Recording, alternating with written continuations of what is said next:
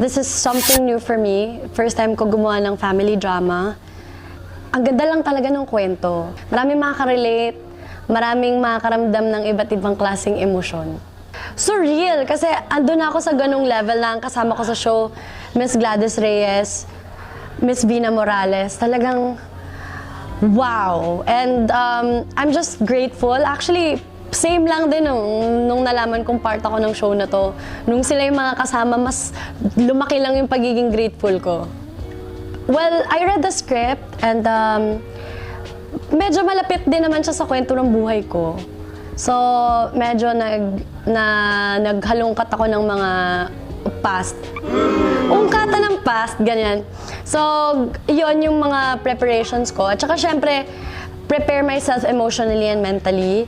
Kasi alam naman natin, pag panghapon, pati na rin ang script ng Cruz versus Cruz, alam ko naman na. At mabigat talaga ang kwento. Marami kaming pagdadaanan, pati yung character ko as Andrea.